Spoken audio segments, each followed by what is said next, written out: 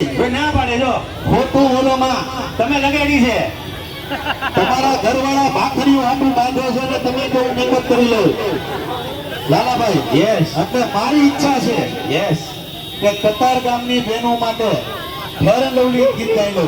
By let's start Fair and Lovely. પાછું લગાડજો Fair and lovely.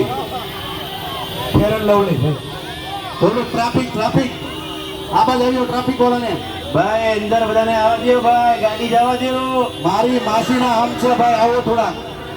5 માસી છે મારી, ઉપડી ગઈ તો તમને પાપ લાગશે. આવો જલ્દી લાલાભાઈ. 5 માસી બહુ કહેવાય હો. એકાદ ઉપડી હોય તો વાંધો નહીં. ના ભાઈ ના, રાખવાની છે. આ વિડીયો પાછા નાખતા નહીં ક્યાં તમે. હાલો તો ભાઈની શોખ રહેવાજો. હવે હું જાઉં છું અંદર. તમામ લોકોને પાછો કહું છું લાલાભાઈ, આવનારા સમયમાં લોચો ખાવો પડશે સુરતમાં. એક સાથે બધા બોલશું જય માતાજી, જય શ્રી કૃષ્ણ. થોડું જોરથી બોલો. જય માઇક. સોરી આ બેન ને કઈક બોલું છે, બોલો. ગઈકાલે અલંકાર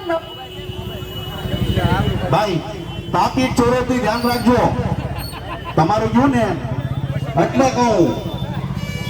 ખિસ્સામાં હતું ને ભાઈ, બધા પોતપોતાના મોબાઈલ અને પાકીટ નું ધ્યાન રાખો. એકવાર જોઈ લો.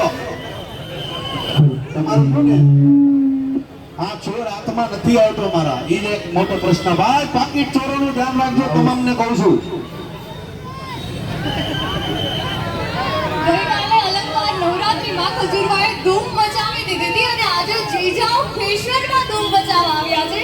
ત્યારે હું રિક્વેસ્ટ કરીશ કે 2 લાઈન જીજાઓ ફેશન માટે. એટલે જીજા ફેશન ની વાત કરવાની છે. ઓહો, જીજા ફેશન માટે મારે પેલા જીજાજી ગોતવા પડશે. છે કોઈ જીજા? પણ સરસ મજાનો આ શોરૂમ છે. તમામને કહું છું પણ હે સુરત વાળા એ મોજ કરાવી, સુરત વાળા એ મોજ કરાવી.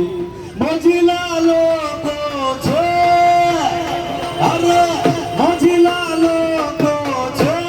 સુરત વાળા મોજીલા લોકો છે.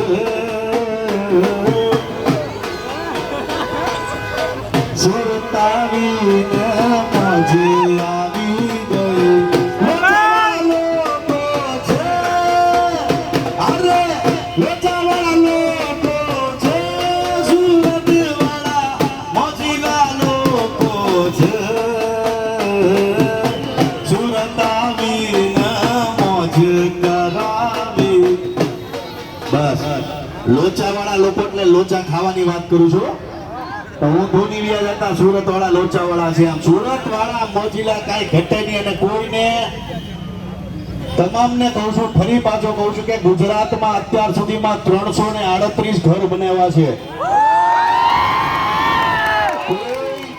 કોઈ સંસ્થા નથી, કોઈની પાસે ઉઘરાણા કરતો નથી. જ્યાં કમાઉં છું, જે જગ્યા પર ઇવેન્ટ લઈને જે પૈસા કમાઉં છું, એ ગરીબો પાછળ વાપરું છું. અને તમામ લોકોને બહુ વખતથી કહું છું કે જ્યાં સુધી કામ કરતો રહે, ગરીબો માટે દોડતો રહીશ.